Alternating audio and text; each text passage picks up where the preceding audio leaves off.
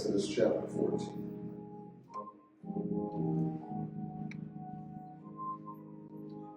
From the King James Version. It says, "And the Lord spake unto Moses, saying, Speak unto the children of Israel, that they turn and encamp before Pihahiroth, between Migdol and the sea, over against Baal-zephon, before it shall ye encamp by the sea.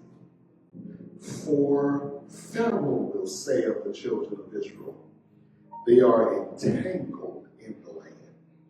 The wilderness hath shut them in. And I will harden Pharaoh's heart, that he shall follow after them. And I will be honored upon Pharaoh and upon all his host, that the Egyptians may know that I am the Lord." And they did so. Can I read those same verses? Amen. From the New Living Translation? Hear it again. Particularly verses 3 and 4. "Then Pharaoh will think the Israelites are confused. They are trapped in the wilderness. And once again, I will harden Pharaoh's heart, and he will chase after you. I have planned this in order to display my glory through Pharaoh and his whole army." Did you hear that?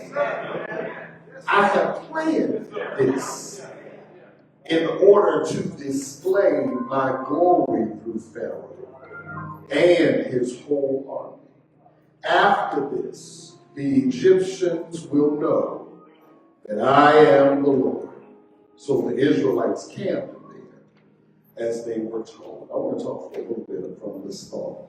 A plan for glory. A plan for glory. Many of us quote often that beloved verse from Jeremiah 29, that I know the plans that I have for you. Thoughts that God has of us. That's a wonderful thing, and we love to celebrate the fact that God has thoughts for us. It's just absolutely astonishing to know that God himself has plans for you, and to know that God actually knows, has full intention about the plans that he has for you. As a matter of fact, to say that he knows them is to imply that he has them. So he really could have stated otherwise and just simply said, I have plans for you. Someone needs to hear me this morning, because your life right now is already complete with chaos. There are problems on every hand, and you don't understand what it is that God could possibly be up to. Can I just briefly remind you right at the onset that God has plans for you. You may not like the fact that you had to deal with the divorce. You may not like the fact that the job is doing what it's doing. You may not appreciate the current status of your bank accounts. But know this, God has plans for you. Let me stay here just a moment longer, because I need someone to understand that every single thing that's going on in your life right now, God can use it. I'll try on this side over here. There is nothing that you have seen, nothing that has come into your experience. There is nothing about your life that has caught God by surprise, and nothing about your life and your situation can take power away from God. Here's the point God wants you to know, that for all that you've got going on, he's got plans for you. Let me tell you why I should make this shot, and I probably should slow down and warm up, the way I should. But, we've been in church already at one time today at least, right? So we should already be hot. Am I right about it? All right, so let me just go on and run on in here. Just knowing that God has plans for me tells me that no matter what I'm dealing with right now, it can't take me out. No situation that I'm looking at right now can actually have the final say, because if God did not sin or allow what I'm going through, the fact that he's got plans for me tells me that the chaos I'm in can't kill me. Because God's plan is always going to bring him glory, and it's always going to be for my good.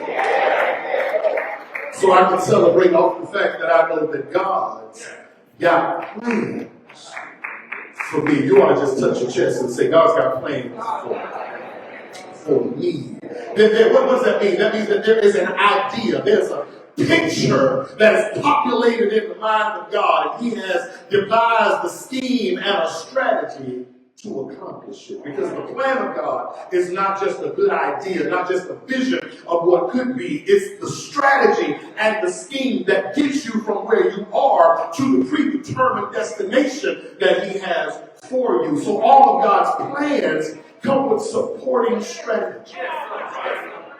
So God says, I got a detailed proposal for what I intend to accomplish in your life. And you ought to be appreciative of that God always has good plans. Not only that, but God's plans can't be thwarted by your problems. Now here's what you might not like. You might go out to your car, but I'm afraid that you don't move. You need to understand that sometimes, as a matter of fact, it's the plan of God that is your problem. Amen. Sometimes God, in his wisdom and sovereignty, introduces problems into your life, and the problem is his plan. Somebody should walk with me just for about 15 to 17 minutes. Lady Paula, sometimes you got to understand that the plan of God doesn't always look good.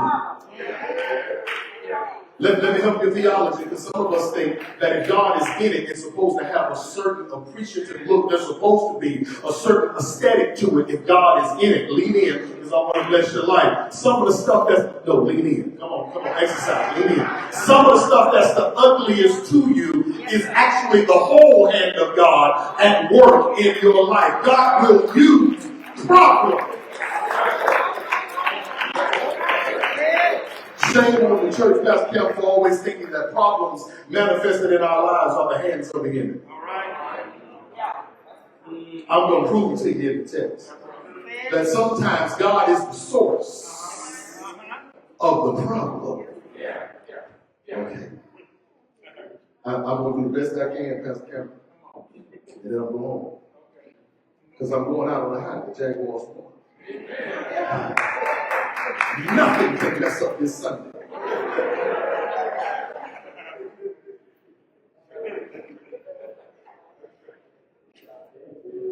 God's plans are, here's the promise, for you. Not that they would feel. So when ugly hits our lives, we think it must be the devil. And I'm going to wrestle with you in just a moment, but I need us to just come to grips with what is the foundational premise, that sometimes the problem comes directly with God as its source. Because the problem is a part of God's plan to get glory out of my life. Now, you're not going to like this, but you need to appreciate this because some of us are praying for God to take away stuff He sent. I should be advised, but I wasn't ready for something.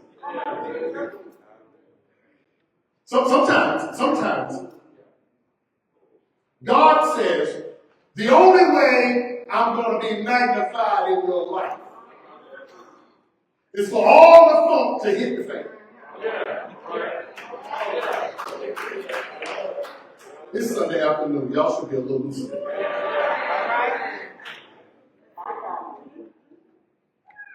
That God will intentionally, here's the thing I need us to understand. With great intention does God present, not just allow, but literally prepare problems to enter your existence. I promise you, I'm going to prove it to you in just a moment.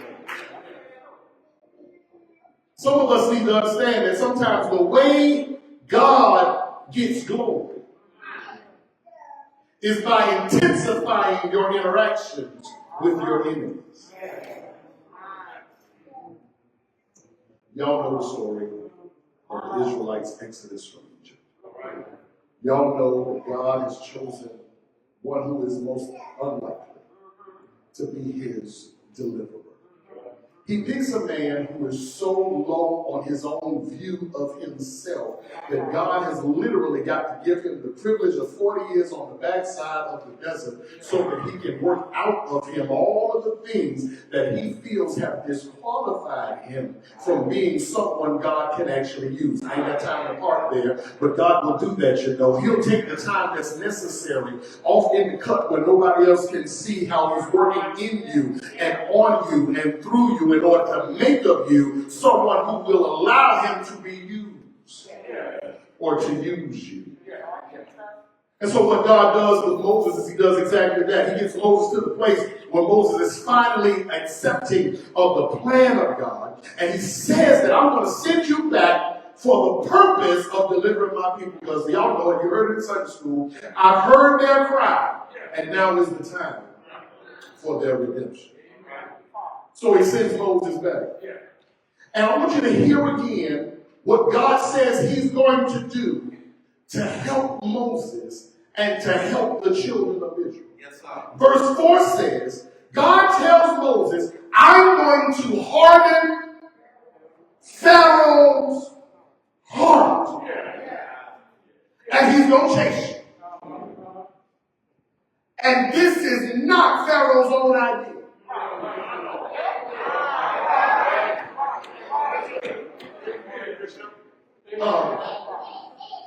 Sometimes the way God gets glory is by intensifying your interactions with your enemies. Let me run it by you one more time. I want you to go get my people out of the mess that they're in. But as soon as you get them, I'm going to stir up Pharaoh's heart. And I'm going to make him hate the fact that you've just been delivered. I'm going to make him despise the fact that he gave the okay for you to leave, and he's going to be so upset about it, he's going to chase you. Come on, hear the voice of God. God says, I'm going to allow you to get to the place where you feel that everything is starting to turn in your favor. And then watch what I'm going to do. I'm going to stir up all the enemies you had back there in that place. And I'm going to cause them to pursue you because I'm going to harden their hearts. I don't like it. Can I just be honest? I don't like the fact that God would actually harden someone's heart. Let me just tell my own truth. It's theologically problematic to consider and contemplate that an all-wise, all-loving God, God of justice and mercy, would actually stir up antagonists against me. Okay, y'all don't live the kind of life. Do we live in the same earth? I mean, I don't go around intentionally upsetting people. I've upset a few. I've made some folk mad by some stuff that I've said, by some stuff that I've done. I didn't do it intentionally. Well, sometimes, a couple of times, I did. But for the most part, that's not the way I flow. I don't go around just trying to upset people. So when someone is upset with me, Superintendent Johnson, it becomes a matter of business for me to try to make things right. Because I've been raised to understand that it's better when the relationships stay healed. When we need restoration, we get the restoration that we need for the relationships. But now I'm learning that sometimes God, as a part of his plan, doesn't want all of the relationships to be restored.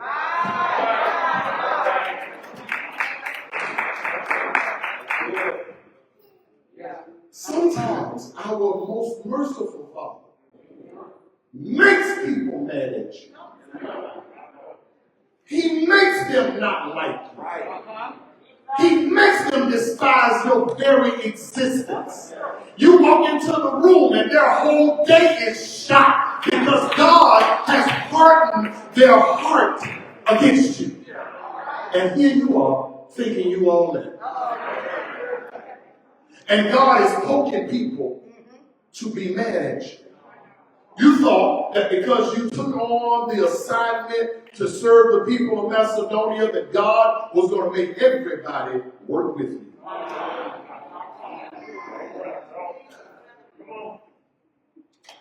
I'm not talking to everybody.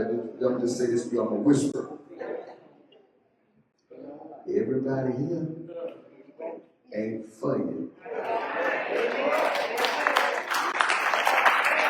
Yes, I can say it boldly because I'm going back across the bridge. There are some folk who are here, and God has hardened their heart. There's nothing you can do that's going to make it change.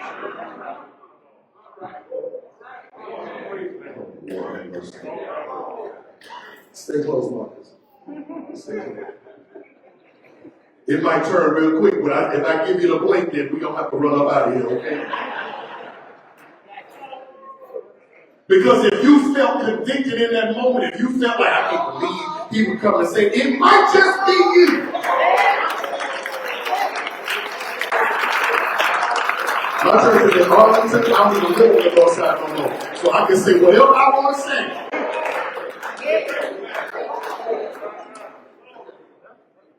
But come on now, let's be real. It's really difficult to think that God himself would plan for people to not like you. Because the first thing that bothers me about this, because the question that comes to my mind is why would God do that to them?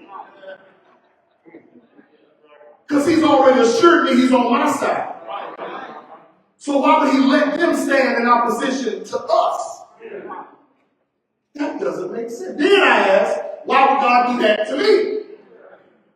Because I thought that by accepting what God was doing in my life, that I was making myself, availing myself to be of use to him, to be exactly what he wanted me to be. And so surely, because I'm determined to follow after God, he won't stir up people against me. But he does do it. Because that's a part of his plan for glory. And they're not just going to be mad at you, they're going to pursue you. Do you see the text? Am I still reading the Bible? He says, I will harden Pharaoh's heart. And what's he going to do? Talk class. Chase after you. He's going to pursue you. And then God gives what is intended to be consolation. He says, I planned this. He planned for them to pursue you. He planned for them to dislike you. He planned for you to not fit in. He planned for things to not go your way. He planned for you to lose the job, to not get invited into the organization. He planned for people to have hard hearts towards you.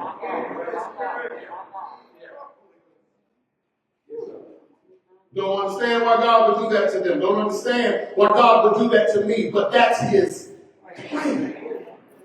And all of God's plans are always for his glory. And for my good. You do know God doesn't have a plan for you that doesn't end up right for you. That all of God's plans, even the ones that don't feel good, always end up for your good. That God is at work in your life. It doesn't matter how it looks. It doesn't matter how it feels. God's plan is always for your good. Y'all don't remember, but let me remind you, he had a plan for Israel so the Red Sea couldn't drown them.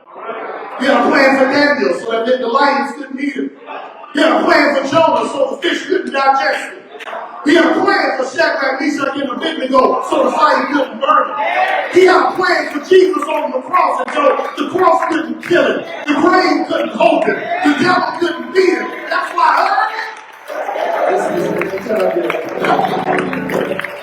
tell somebody he's got a plan.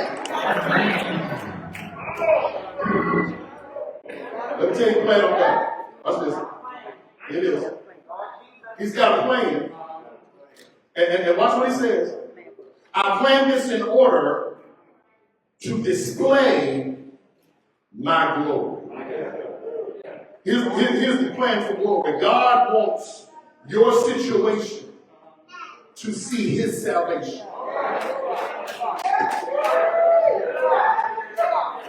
This might be the best thing I say. Lord, help me. Because I already feel like running. I don't know if I'm Greater Macedonia. You know, we peeped that this was Pentecost Sunday.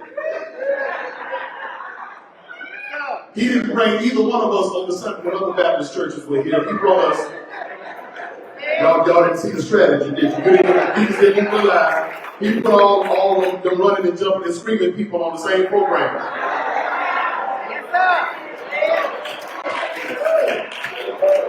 So y'all excuse us for a moment while we act like we act. Okay?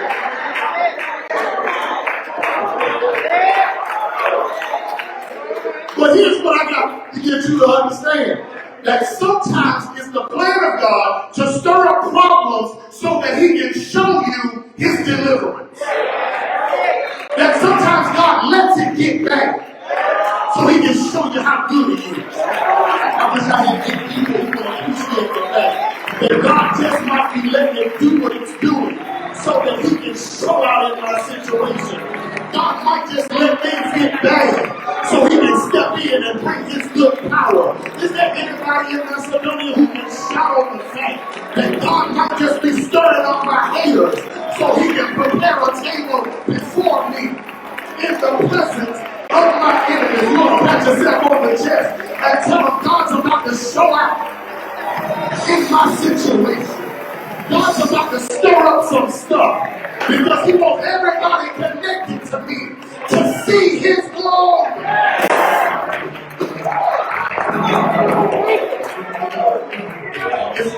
It's like just waiting until the right moment. And so maybe the reason why you haven't been delivered is because it ain't got hard enough. And you've been fighting how hard it's getting when God is trying to get you to take your hands off of it, because God's power will outweigh your situation every time. He needs it to get to a level when you can't handle it. He needs it to get to a level where you stop trying. He needs it to get so big that nobody else can bail you out, because that'll be the moment when you look up to heaven and say, Father, I swear, my hands, I'm going to feel like preacher. If I withdraw myself, he's going to get to that place, because that's where he can step in and show his glory. Somebody shout, it's almost there.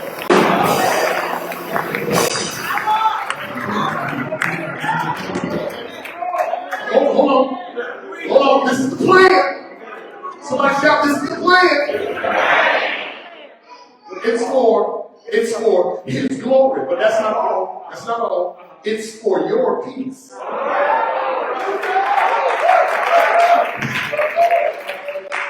Let me first ask you this question. How much chaos does it take for you to lose your peace?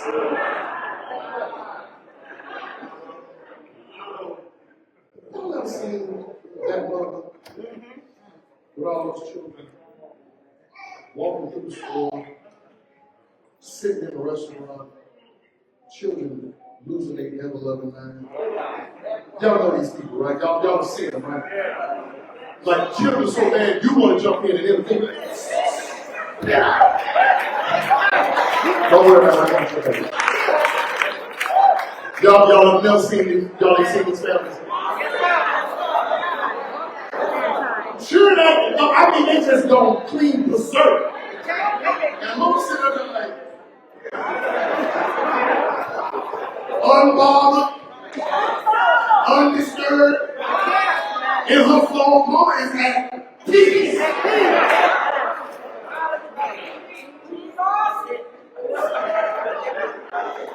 Until one of those children stop listening, you know, when the voice level changes or when the noise level changes, you know, because a good mom, they just know about the noise.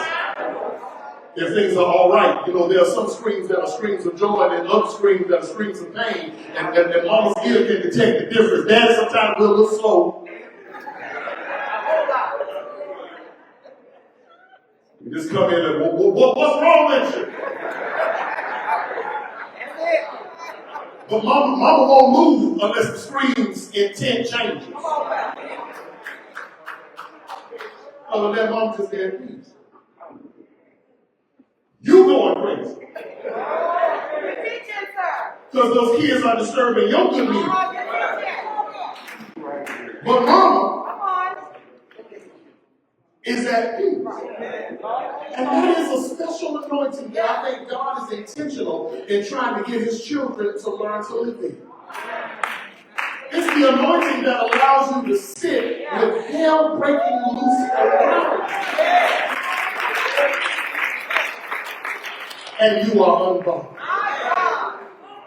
It's the intention of being able, like the other day, lady and my wife and I, we want to go and on one of the little cruise things we were doing, not cruise, but the little glass bottle, go see the dolphins and all that kind of stuff.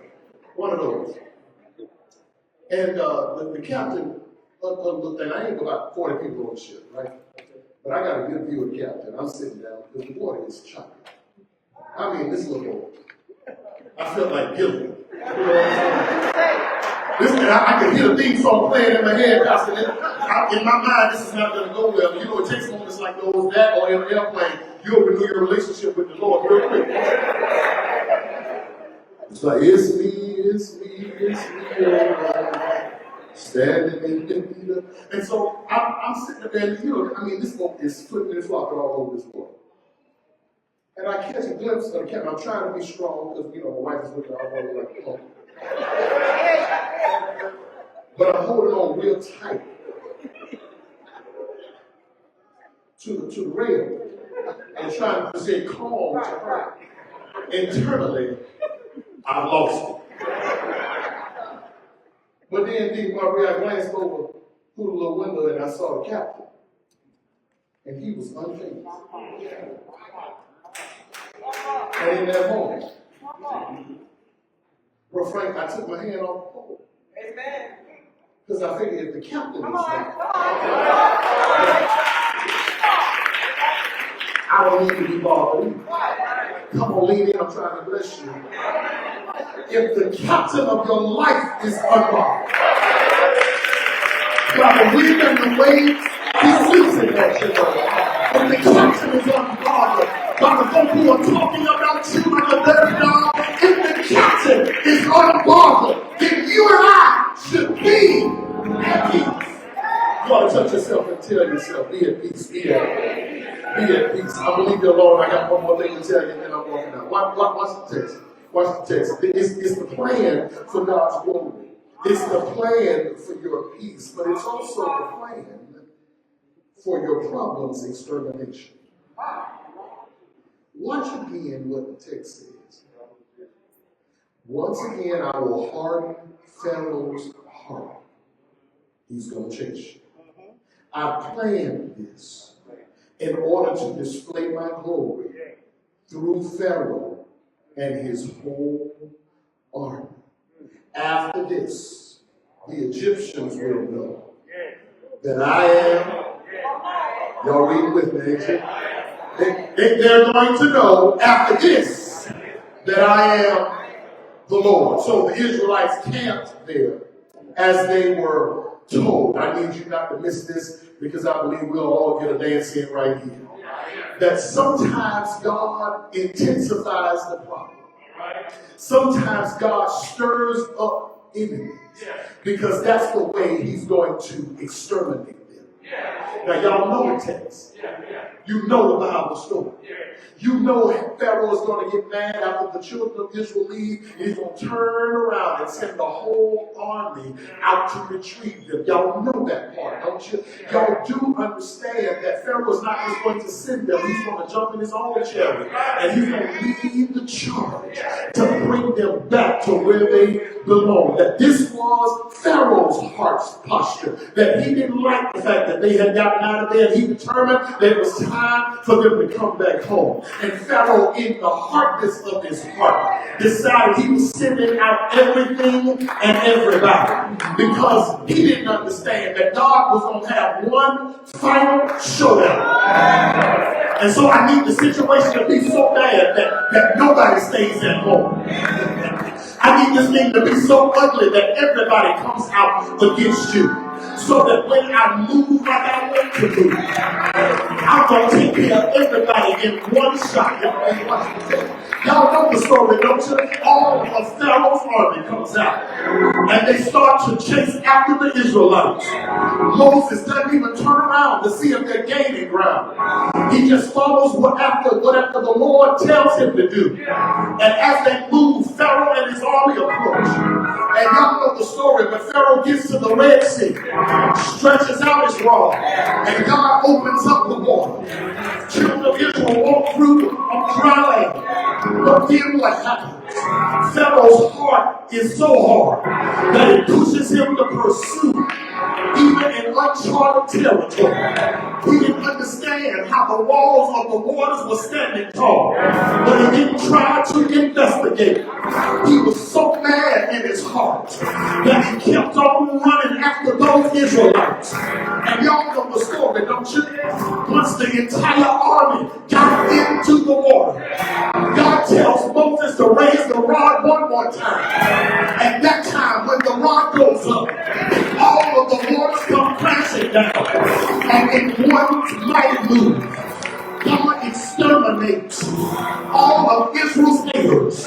In one mighty move, God gets rid of every problem that Moses and the children had. Because sometimes God lets the people hate you. Sometimes God lets them all gang up on you. Because this is the way that God is going to get rid of all of them. Because if God allows the problem to come, you have to know that a part of his plan in getting glory for your life is going to be getting rid of all of your haters. It's going to be getting rid of all of your enemies. I wish I had a witness in Macedonia who could celebrate the fact that God will get rid of whoever is bothering you. God will take care of every problem you have. I got my witness. Is there anybody in here that can say, I'm lifting my hands because God stirred up some problems? I'm dancing this Sunday afternoon because God let my haters hate me more. It's just like what happened with the 3 Hebrew boys. He let the fire get hotter, but the fire getting hotter was just God warming up. He was getting ready to do a deliverance that nobody was going to be able to understand. Have I got 2 witnesses here? Somebody that's in a problem right now, and you know God is just letting him heat up. You know God is just letting them gang up because God is getting ready to stand up and make a move on your behalf. Somebody will find somebody and just wave at them and say, God is getting ready to work on your behalf. You ought to shout yes, shout yes, shout yes. Because when God gets to moving, it does not matter what problems you had to face. It does not matter what situation you had to stand through. Is there anybody that knows if God be for you, who can be against you? You want to shout yes? Look at somebody and tell them God is with me. And he's got a plan to get glory. He's got a plan to get rid of my enemies. He's got a plan to make things better for my life. Shout yes! Shout yes! Shout yes! And this time, after God does his work, there will be nobody left standing to come against me. You ought to lift your hands and say, Lord, do your work. Lord, show your power. Lord, show your strength. Lord, let this be the last time we got to deal with this enemy. Shout, Lord, Lord,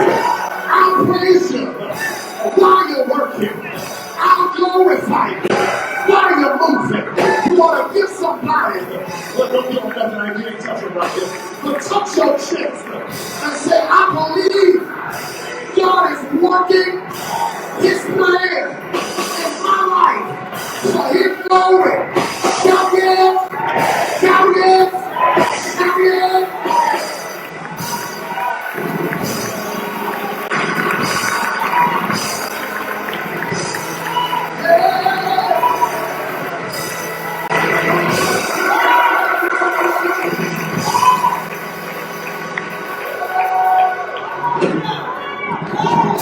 I don't like the fact that God will do it intentionally. But since I've been assured that it was Him that started, I can be assured that He's the one that's going to finish. And I don't know, but with nothing left to do but praise, it'd be the right thing for us to do, to celebrate the fact that God started it and He's going to finish. He made His heart hard, but He's also going to exterminate by Him.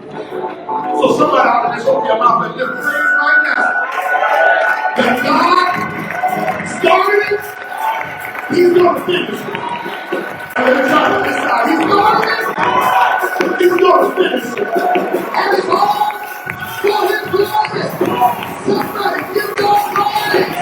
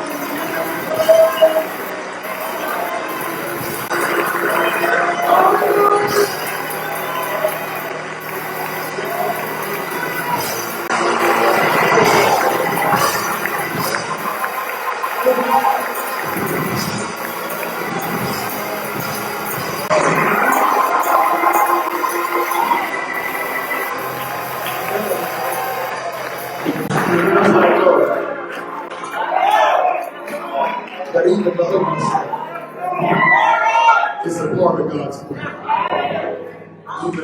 Even struggle is a part of God's plan.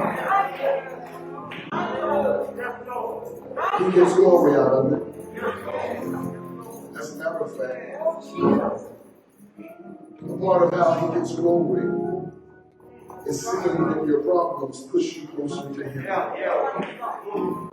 Yeah, that's exactly what happens. Some of us, God had to harden the hearts of some things and some stuff around us, or else we would never have come to him in prayer. Some of us would still be doing some of the stuff we used to do if something or someone's heart hadn't been hardened. But I want to give you the opportunity to respond the way you know you should. When the problems are too much for you, you know what you should do? You should come back to him. There are some who are trying to engage life without the Lord as your Lord.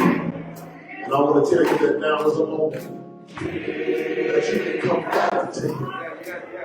You can know him in a saving relationship.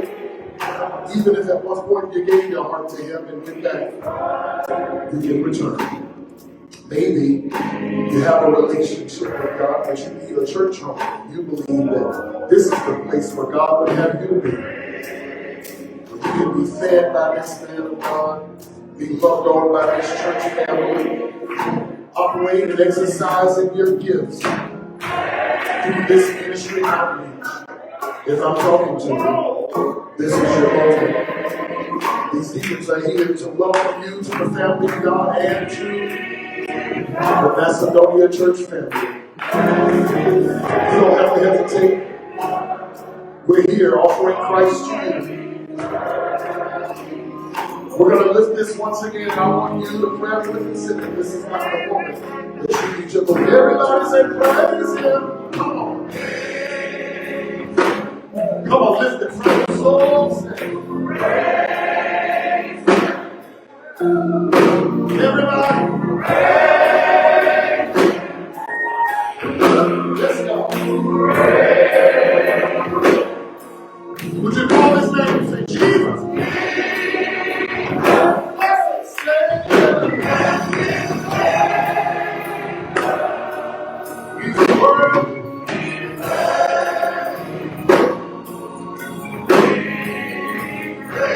Just one more time, everybody.